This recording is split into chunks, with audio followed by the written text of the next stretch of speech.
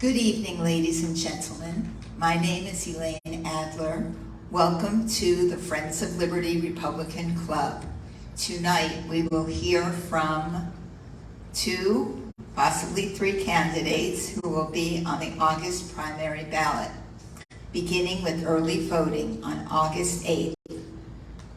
We also have with us our Palm Beach County Region Number 5 Director, Jody Schwartz. Welcome. But before we get to our program, please rise for the Pledge of Allegiance and remain standing for the invocation. I pledge allegiance to the flag of the United States of America and to the republic for which it stands, one nation, under God, with liberty and justice for all.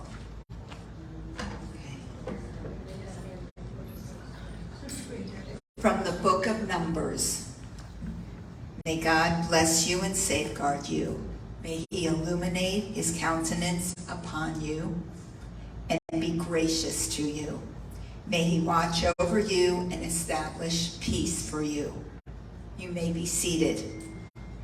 And now I will ask Marcia Stern to come up and introduce our candidates. Marcia, please. Thank you, Elaine.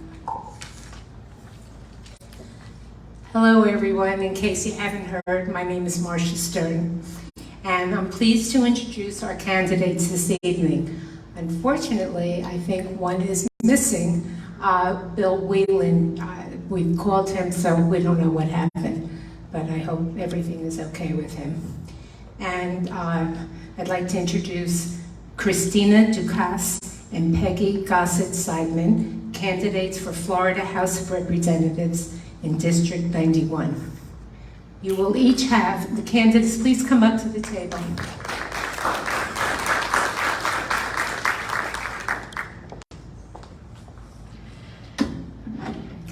You will each have 5 minutes to tell us about your background, including your education, work, and why we should vote for you. After which we will open up the floor for brief questions from the audience.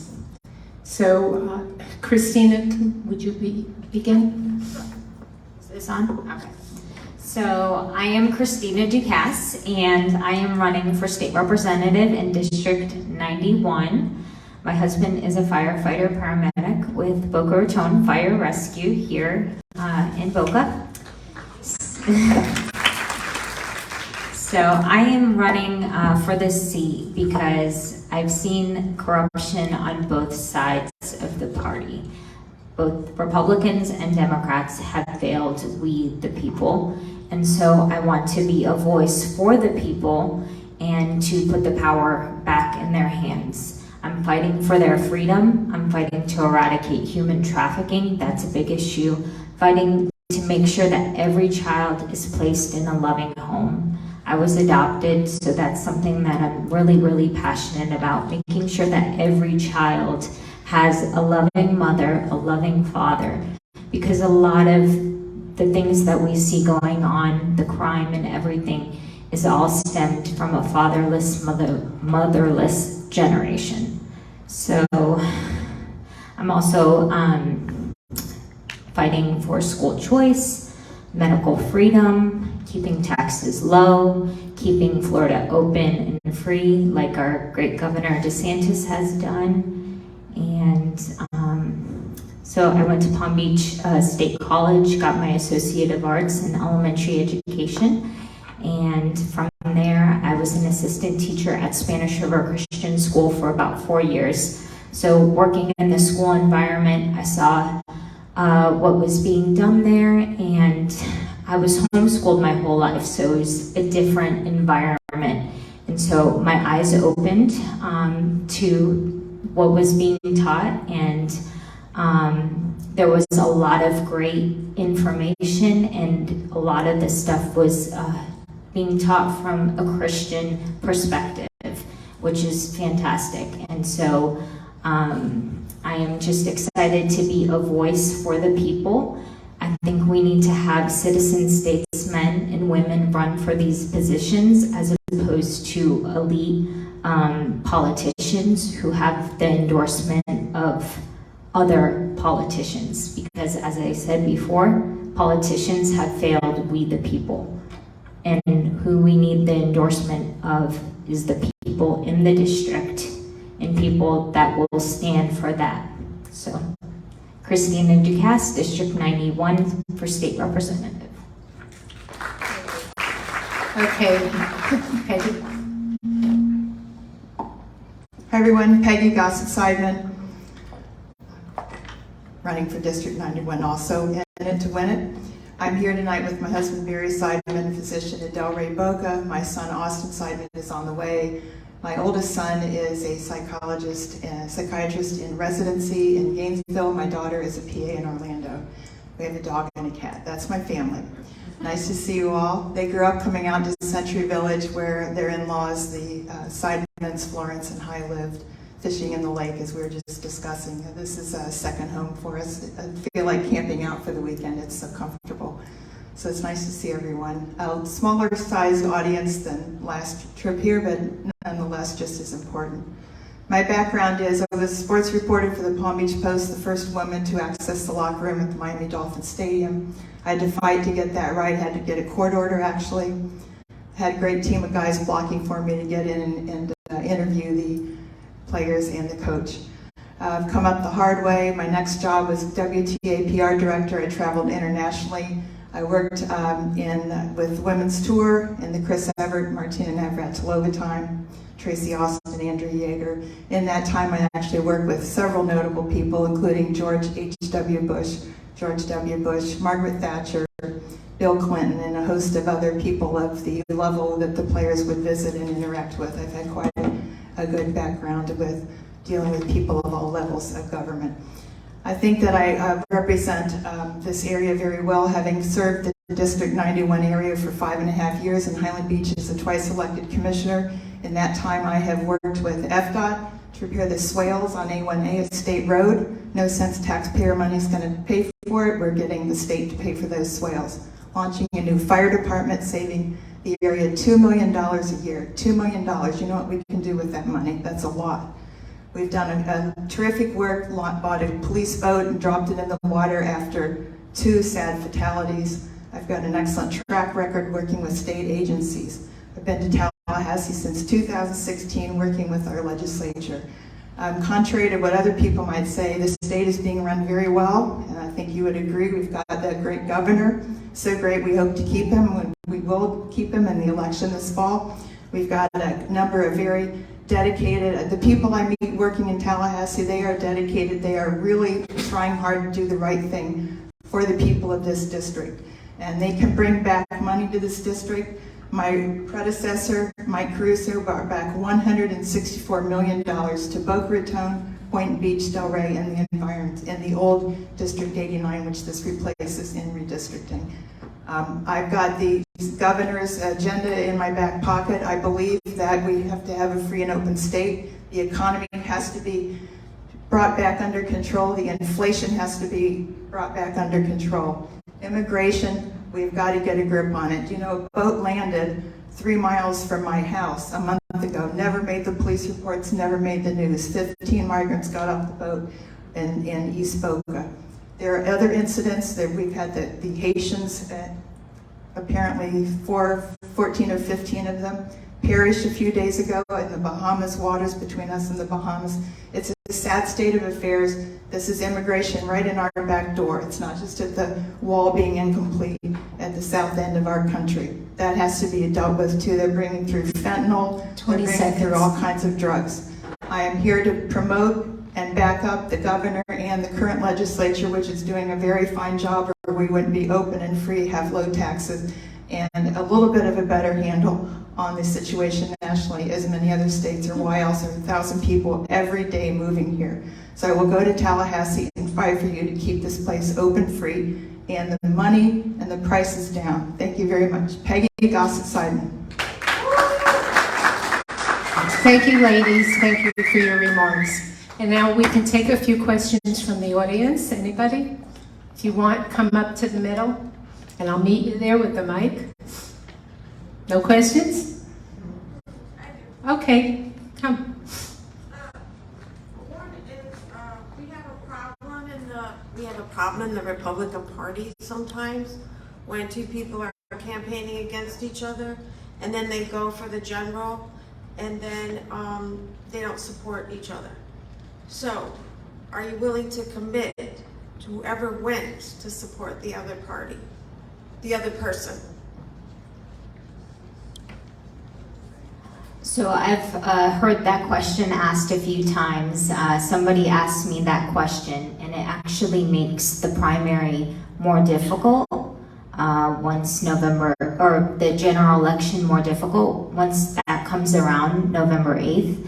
And I would just direct you to the first person that registered to run in this seat, which was me back in October of last year. I filed to run for this seat. And so, as I said before, I've seen corruption on both sides of the party. And until I find somebody that has the same viewpoint and wants to put the power back in the hands of we the people, where it was always meant to be, it's supposed to be a government of the people, by the people, and for the people. But that's not my Until I question. see that happen. That's not my question. I understand your question. You said, would I support? I got your answer. Yes, hi, ma'am. I always support the Republican Party, and so I would support whomever is in this election or any other election. Thank you. I will add that I was endorsed this week by America First and also and by the First Family Council. So I know people in this area who are Republican or are not voting Republican in this primary and general, and I say shame on you. Thank you. Any other questions? Okay. I'll come to you.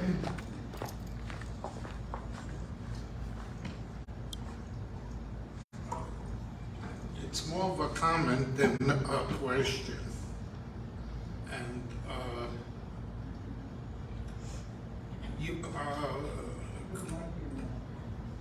Christina touched on it, but I don't know why the Republicans aren't shouting it from the rooftops, going into the minority neighborhoods and shouting it. Vouchers, charter schools, choice. This is a Republican, we're on the winning side.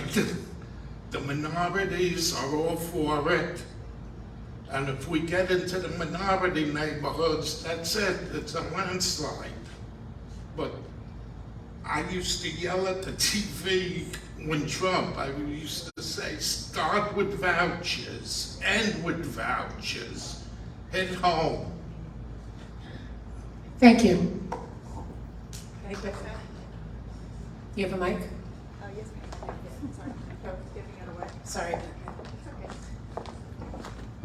Yes, sir. Just so you know, I've met with leaders of the Jewish community down in Broward, and actually the school voucher program is a very large benefit to the Jewish community as well as other private school communities. And that's because the students may obtain their state money and attend the Hillel or the school of their choice. And so actually the leaders are fighting for more school choice so that the Jewish students may attend their school that they wish and not be massed in West Boca or Spanish River, whatever. And secondly, school safety and one way in, one way out, and strengthening those schools for those children as well as all schools is another big priority. So I am looking at increasing and improving school vouchers, which are today cover about 80% of the schools. We'd like to fill that gap and finish up to 20% difference and make it 100. Thank you.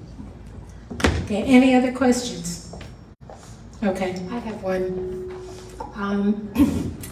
Can either one of you tell me how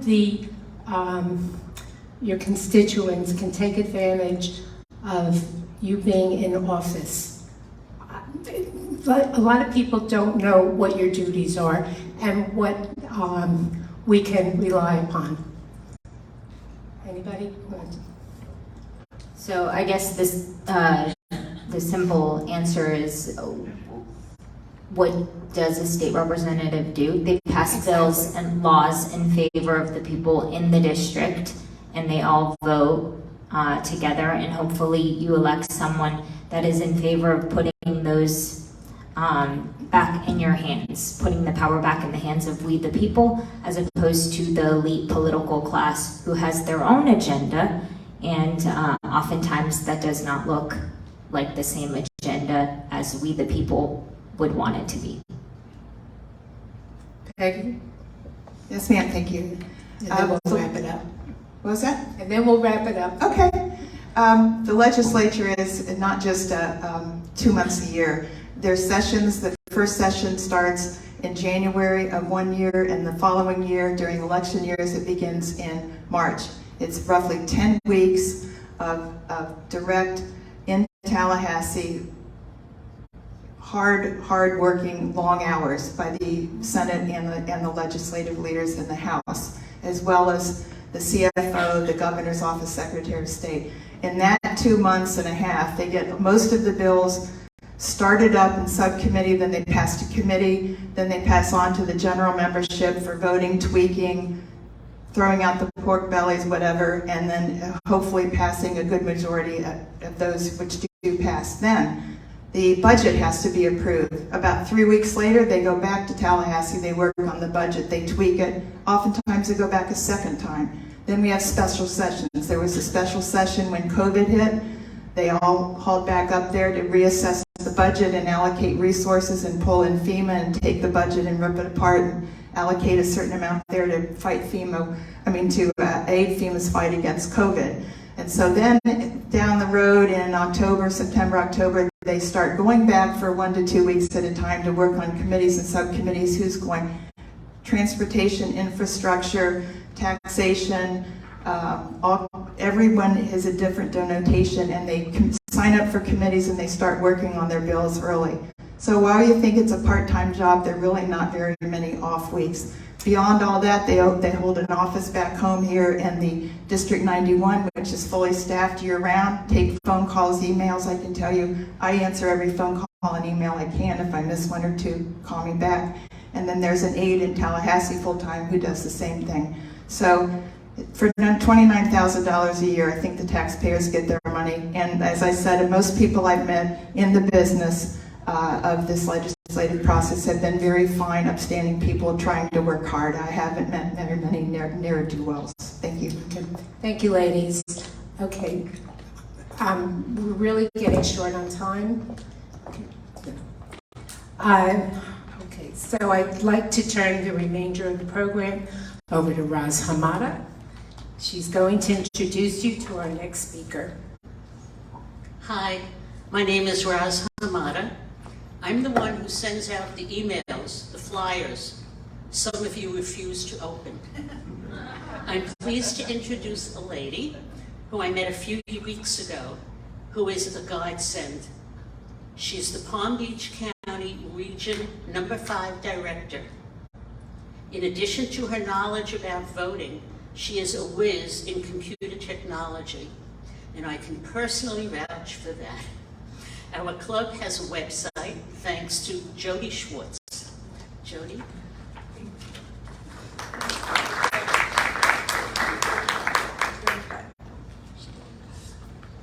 Thank you, ladies. If you want to join your families, you're more than welcome to. You're welcome. Thank you very much for all the information. Good luck to both of you.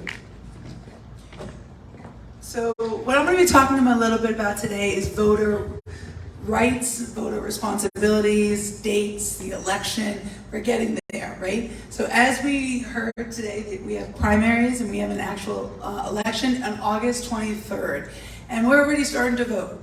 So if any of you have requested vote by mail, you probably have received it already in the mail, and you can start voting and sending it back. And then we're going to be having early voting and then the actual voting day of August 23rd. So I'm going to talk a little bit about that, and I'm going to make it more of a conversation because I want to make sure that all of you understand your rights and responsibilities as voters. And if you have any questions about going to the polls or helping out in the polls too. So before we get into a lot of the details of the dates, what I want to, and I'll say it a few times through this presentation, is that we really need volunteers from literally from today all the way through the election time as well. So if anyone is interested in either being a poll watcher or a poll worker, we need both roles filled before the end of the election cycle. So what the difference is, a poll watcher is a volunteer who goes in on a few hours here and there shifts and actually makes the people who are working behind the desk accountable, making sure that they're doing everything correctly. If someone comes in without an ID, we want to make sure that that person doesn't necessarily get to vote, or that they come back with the ID, or if the ID isn't the right one, or if they're not the right person. So we're there as a watchdog, I guess is a good way of putting it, for a poll watcher in the name. So that's a volunteer position that you can get trained for by the REC. They have trainings throughout the next couple of weeks, and if you check the wire or reach out to Hilda or any of your representatives here, you'll be able to, or you can contact me as well, you'll be able to find out when the training is. It's a 3 or 4 hour training, and then you can take as many or as few shifts as you'd like. You could do 1 3-hour shift, or you can be there every day for early voting, whatever you're able to do. It's a very important role to make sure that we have Republican representatives there to make sure that they're doing what they need to be doing. And then the flip side of it is a poll worker. Who's actually working directly for the supervisor of election. And it's also very important that we have conservative representation on that side of the table, because they're the ones that are checking voters in, making sure that everything is actually being done the way it's supposed to be. Like the same example, if someone comes with an ID, you want to make sure that they have the correct ID and that they're voting in the right location and things like that, because it's very important that we have election integrity. And one thing that we all care about is election integrity, right? We can have the best candidates, best campaigns. If they're going to cheat or if someone's going to cheat, then it doesn't matter, right? So we have to be really careful. And it goes both ways. We want to make sure the Democrats are checking us as well. Checks and balances, and it's done in free and fair elections, and we're done, and we know on the next day who the winner is, and we appreciate that. And we appreciate our right to vote. It's very important that we take advantage of it and actually vote. So to get into more of the details, it's like I said, vote by mail is already in the mail. Voter registration deadline was already yesterday. So anybody who comes up to you and asks you if they can change their party affiliation or register to vote, the answer of course is yes. However, you wouldn't be eligible in the primaries in August. It'll be for the November election. So anyone can register today, tomorrow, but they just wouldn't be able to vote until November. So it's a continuous year-round registration process, but the deadline was yesterday. And since we have closed elections here in Florida, if you're a registered Republican, you can vote in the Republican primary. If you're a Democrat, you can vote in the Democrat. If you're registered as an NPA, you're not able to vote in any of the primaries. However, there is elections on August 23rd, no matter what your party is, because we have school board elections that day. So it's a little bit confusing, so I want to talk that through, is that we in our district do not have a school board up for office right now. But if you talk to a friend who lives, down the street or somewhere else in the county, they do have actual elections, not just primaries. So NPAs can vote now in August for the school board, if it's appropriate for where they live. Okay. Any questions on that or anything I've said so far? Yes. Those positions of poll watchers and workers, are those salaried positions? Great question. The poll worker, to work directly for the supervisor of election, is a salaried position, and you work for an entire day, is one shift, and it's $180 a day. So it's a nice chunk of change. So, and you can do it for an early voting day, or you can do it for the actual day of elections. And one other question or statement. We now have a reserve system for early voting. 30 days before early voting, which I believe commences on August 8th? Correct. All right, so we're past that. You can go online to pbcelections.gov and click on the early voting tab, and there's a link there, and you can sign up, and it's like Disney World, you can get on an express line if you reserve a space and not have to get on the end of a very long line. So that's something new this year. Yes, it's pbcelections.gov. Okay, yes. Don't forget and the to S, and to repeat, elections. to repeat it, if people missed that in the back, but they have a new system right now. It's very similar to like a fast pass at Disney, where you can go on the website right now and sign up for Thursday from 1 to 3. And you know that you're going to be around that time. You can go and vote. In case there is long lines, you'll go right through the line and you'll just go in and vote. It's a really great system. In early voting, there's not a lot of long lines, but if you catch it at the wrong time, right, it's your lunch period and it's the only time you have time to go out and vote, you don't want to get stuck on a line. So if you know that you're planning on voting, and you can do that in the morning or the day before. If you're saying tomorrow I'm going to have a chance around 12 o'clock, I want to make sure that I can just get in and out, you can go onto the website and sign up for it. It's a great new system that they're offering us. They're trying to make it easy for us to vote, which is ultimately the ideal situation. Yes? I want to ask about the school board election. Yes. They say what party the person's from? They do not. They do not. Did everyone hear the question? Does it say if the person is a Republican or a Democrat or what party they're from on the school board? It does not say that because it's a nonpartisan election. So if you are in a place where you're voting for the school board, you can talk to people who have vetted the other candidates or vet them yourselves, and we can let you know who has the conservative values in that race. Would there be like a party Yes. endorsement coming out on that? There is not party endorsements if there are multiple conservative candidates in the same race. So for example, in School Board 6, there's multiple candidates who share our values. So the party has not endorsed any one of them. But in School Board 4, for example, Angelique Contreras is running without a conservative opponent, so the party has stood behind Angelique. So it depends on the race itself. Does you know which two are the conservative? Yes, yeah. So then you now research. Yes, exactly. And if you're looking specifically in 6, is Amanda Silvestri and Jen Showalter are the two conservative values candidates. And the judges are the same way. The judges are vetted for conservative values. And I actually have a sample ballot. So that's a good segue into what I was going to talk about. I thought I had one. Oh, maybe I don't. But, oh yeah, here it is.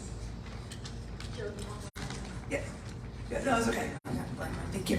So I actually have a few of them, so I'll pass them around. Not enough for everybody, but if you want to just take a look at the sample ballot for this area, it shows you a few of the candidates that you're going to be seeing here.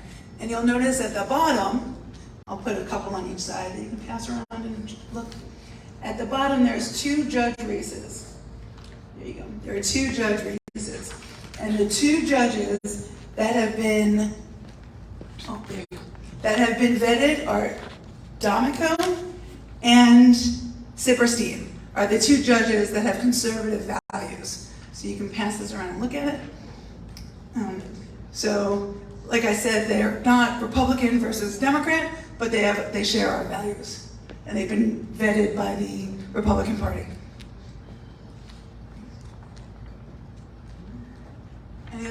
Any other specific? Yes.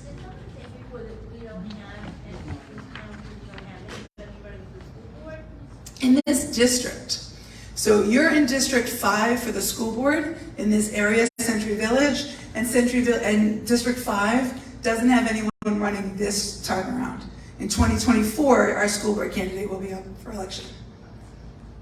Yes. I'm getting the mail, and I got my ballot. Great. Yeah, so when the school board election comes up, I'll also get a mail-in ballot for that. Actually, starting beginning of next year, there's a new rule. One of the new election rules is that you actually have to request your ballot for every single election, starting in January of 2023. So anyone who requested mail-in ballots for 2020 or 2021 or anything in the past will get theirs this year. But starting in January of 2023, every election you're going to have to request a new ballot every single time. It's a way for the election integrity to stay intact. Make sure that you really want it.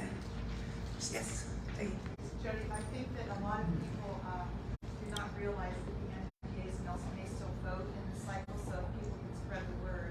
There's a feeling in Florida that if you're not registered as a party, you don't have a voice, but you do in the judges. Yes. You want to say it? You can say it. Isn't it a mic? Yes, ma'am. I've just been finding out that a lot of the NPAs, the independent registered voters, don't really realize they may vote in August primaries. And so if you all could spread the word to your friends and family that in fact they have the right to vote for judge and school board, and this is a very important time, especially for school boards with so many school and education issues brought forth during COVID, that we need to get those books and boards and schools under control again. So please pass the word that they may vote in the, I know it's not your job, but no, I'm sure that it is. Yes, it's very, very important. You want to spread the word, make sure everyone votes.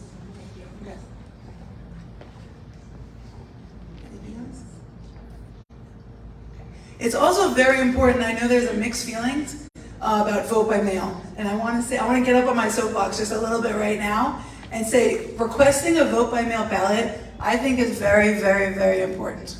And I'll tell you a couple of reasons why. You can still vote in person. If you request your ballot and you receive it at home, which I have, and I have mine at home, I'm going to take that ballot and walk into the voting booth. And then I'm going to write void on it and I'm going to rip it up.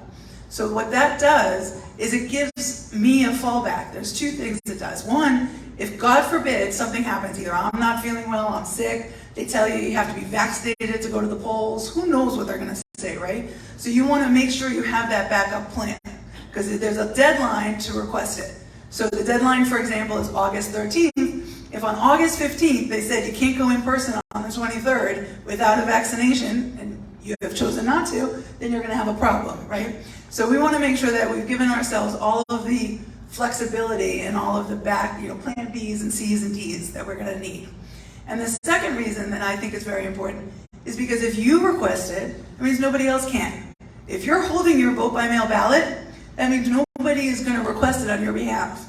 Because on August 11th, the couple of days before the deadline, they can look at all of the registrations that did not request a ballot, request your ballot for you. And then all of a sudden they have your vote by mail as another way that could be fraud. So you want to and then you're going to go in person and they're going to say, well, you already voted, vote by mail. No, I didn't. But if they say that to you and you're holding your ballot, it's a much better argument you have. So I would really want to encourage everyone to request the vote by mail. And then if you choose to vote by mail, it's actually a great process here in Florida. So what's really nice is that you can track your ballot online. If you mail it in, you can see if it's been received. You can see if they registered it. You can see if they need to cure it. If your signatures, for example, didn't match, they'll give you a red flag and you can go in and fix it and you know your vote will count. So you can choose to use a vote by mail or choose not to, but either way, it's very, very important to always use it. Any other questions? Yes? I'm killing it. Camera guy, I'm sorry. I'm walking all over the place. My friend registered as a Republican for the first time last week. So he wants to vote. I brought 2 people over last week, and I have 3 other people that are waiting. In any event, he just received a ballot from the Democrats. Oh. And so what should he do? Because I said I would ask tonight. He received a ballot from the Democrats because he just recently switched. Right. Oh, I see. So he got the primary, but he's not legally allowed to vote it. So it's a void ballot. Yeah. Well, I wanted to say because I submitted those applications. Oh, right. So, right, she had 2 voter registrations, and I did submit them on Monday, but it usually takes now they're saying 6 to 8 weeks to get it in the mail to get your new card. But they will be online as a registered Republican, so, they will be able to, once they can go online and verify it, then they can request another one, because obviously they're not Democrat anymore. So theoretically, that Democrat ballot should be null and void, and if they tried to vote it, it shouldn't be allowed. You never know. So you want to shred it and write void all over it, and be very careful. He also got an email from this woman in the condominium where he lives, giving him a list of people who to vote for. Oh, yes. He does that every year. She would come collect his ballot in 2020. Yep. He said, I'm voting for Trump, and she still took his ballot. Now that's called ballot harvesting, and that's now illegal. I know. Yeah, so you're only legally allowed to have 2 ballots in addition to your own, and they have to be family members. And if anything above that, we run into the mule problem, and we're avoiding that, and that's illegal. So if that's still happening, if that person's still doing it, they should report it to the REC, and we'll get our lawyers on it. Yeah, perfect. Thank you. Perfect. There's a website that they can go to find out if they are registered. Yes. You might want to- Yes, perfect. So there is a website that's very, very helpful that I don't have an overhead here, but I printed these out so you can see what I'm saying. So I'll pass these around a little bit too, just so you can take a picture or write it down. It's called votepalmbeach.gov. And that again is the same thing as before. And what was the website that we had? There you go. Yeah, pbcelections.gov, right? It's the same. Yeah, there you go. Here you go. You can just pass it around, take a picture. I just wanted to make sure everyone knew what I was saying when I said that. So votepalmbeach.gov, there's a lot of information on there. So I'll explain that in just a minute, but I'll take a question before I get into it. Do you want to register to vote by mail? Do you want to do it via phone calls, email? Either one. He's asking if you want to register to vote by mail. Phone numbers? There is, I do not know the phone number. It's on, that would have been good to have today, I apologize. But it is on that website. When you go into the votepalmbeach.gov, it'll show up on the front page, and there's a few different things that you can do. You can request a ballot, you'll see where the early voting locations are. There's quite a bit of information on that website. I don't think it's palmbeach.gov, it's .org. As I'm going on here, I'm not. .gov is not working? I thought I checked it today. No? Okay. All right, try .org if .gov doesn't work. I apologize. Yeah, if I vote by mail, and then election day, I decide to change my mind, can I vote in person and cancel that? No, you're only allowed to vote once. So if you've already voted online, it'll register and you can't change your vote. Okay, good question. If you're not sure, then you wait till the last second. You can't vote online, but you can request your ballot online. Yeah. That's all we need is Yeah. You do it like on a thumbprint on an app or something, right? You never know. The lottery can do it though. They can tell us by tomorrow morning if they win, whoever wins the $800 million tonight. Why can't they figure out elections? Right? They'll tell us which store it was in, right? What part of the country. Can't we do elections like that? Okay. So on that website, there's quite a few resources that'll be very helpful. So what Roz was saying is that you can go onto that website and you can check under My Status.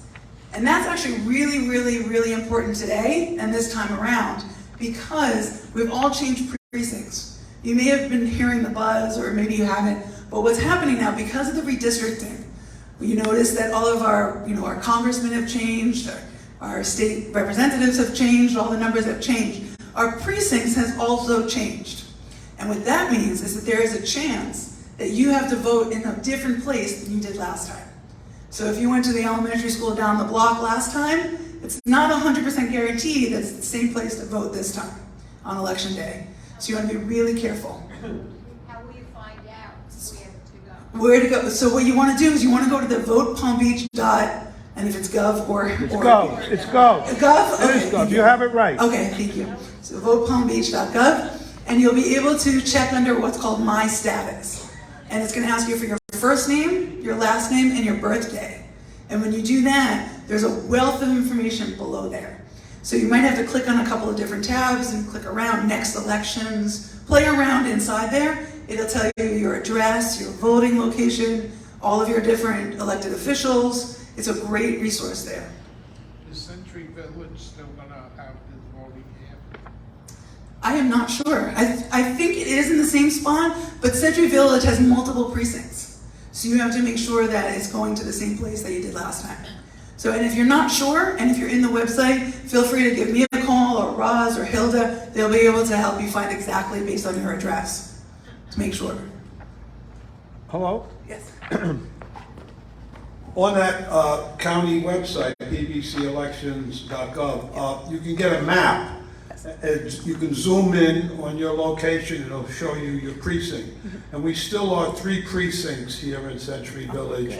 And to the best of my knowledge, Election day voting will be in the clubhouse as it has been traditionally. Early voting for everybody in Palm Beach County can be done at any of 21, I believe it is, locations. But when you vote on election day, you must go to your home precinct, which for this village is the clubhouse. If you don't live here, don't come to the clubhouse. That's right. Excellent. I'm glad to hear that it's the same location. It makes it easier. Thank you. And what he was alluding to is that the early voting, so on August 8th, early voting starts. So from the 8th to the 21st, you can go in at any time in any location. And when I say any location, it's these 21, I think I just lost the mic. There's another one. Hello? So there are 21 different locations. And this printable PDF version is also available on that votepalmbeach.gov. Everything is there for you. So you just click on the early voting tab, and it actually might be on the front page right now because we're in the middle of it. And it'll show you exactly the 21 different locations. You do not have to only go to the clubhouse if you're going to an early voting day. You only have to go to your location on the 23rd, on actual election. By the way, no early voting in the clubhouse. No, right. The Very clubhouse is important. not one of the 21 It locations. would be the library on State 441. Road 7. It's called West Boca Branch Library. Yep. But you can go to any location, but only, the clubhouse is only for election day, not early voting. Did everyone hear that? Only election day in the clubhouse. Anything from the 8th through the 21st is one of these 21 locations, and the closest one is out on 441. If you go out Kimberly and take a left, it'll be out there on 441 on your right-hand side. You would make a right from Kimberly. You want to go Oh, you north. would? Okay, sorry. So do you hear that? It's a right. I was wrong. Everything's always right. Yes, mail-in you can do anytime, and there are drop-off boxes too. So if you wanted to kind of combine the two, if you want to use your paper ballot that you have from the mail, but you want to bring it in person, there are drop-off boxes, and that's also on this sheet. It's not all 21 locations, but it'll tell you where the drop-off boxes are. So you can physically go somewhere and put it into a box. Is that safe? Yes, they actually have new laws in the new SB 90. They have new laws where they have to have watchers and workers on those boxes. And they think they're going to be filming it 24 hours a day also. And they're going to be inside. So it's not something that's outside you can drop at 3 o'clock in the morning. So there's a lot of changes that have been made that makes it a lot more safe. Yeah. Any other comments, questions? This is a great conversation. Yes? It's a felony. And it's a felony. That's right. Any election fraud is a felony these Except if days. it's a Democrat. Except the Democrat. They're taking it very seriously in Florida, which is really nice. Gotta love our wonderful DeSantis, Governor DeSantis. Yay! Round of applause. I love it. She got a standing ovation. So those are all my notes that I wanted to touch on. Does anyone have any other questions that came up in your head? Thoughts? No? Is everyone going to vote? Yes, all right. Is everyone excited? Yes, all right, perfect. All right, again, if you need anything, I'll have business cards at the end. You're more than welcome to call me for anything. And Roz and Hilda and all your other, Alan and all your other representatives here would love to help you and make sure that this all goes smoothly in the next couple of weeks for us. Thank you.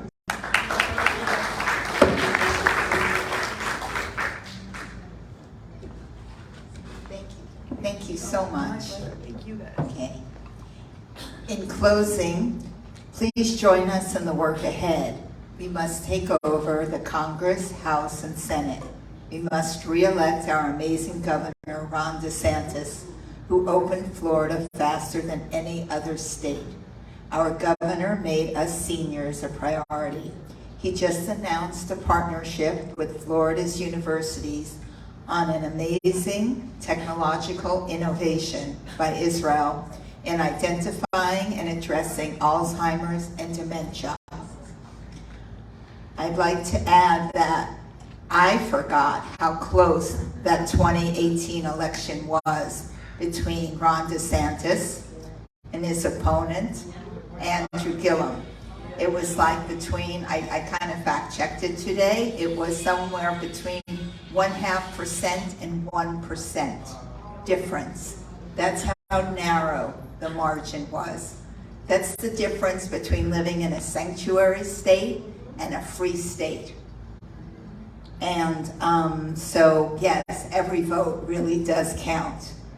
As you already heard, we need to go to the polls between August 8th and 21st for early voting. The primary is August 23rd. In addition to Congress, we'll have a chance to re-elect our governor and legislature candidates, and our exceptional and outspoken Senator, Marco Rubio. If you haven't registered to vote or change your party registration, Elaine Bresnahan is waiting for you in the lobby with voter registration. Thank you, Elaine. If you haven't joined our Friends of Liberty Republican Club, we need you. See Ann Nicardo, our membership chairwoman. We also need volunteers to sign up to help with phone calls and voter registration. I'd like to take this opportunity to thank Temple Beth Shalom's president, Howard Rosenhaus, and Stanley Siegel for enabling our club to have a home for our monthly meetings. Last but not least, to Fred Hadley, who includes our flyers as publisher of the Village Century. Thanks for live streaming tonight's program. And we will see you on the 5th Tuesday evening, August 30th. Hopefully we'll hear from the Republican primary winners. And thank you for coming.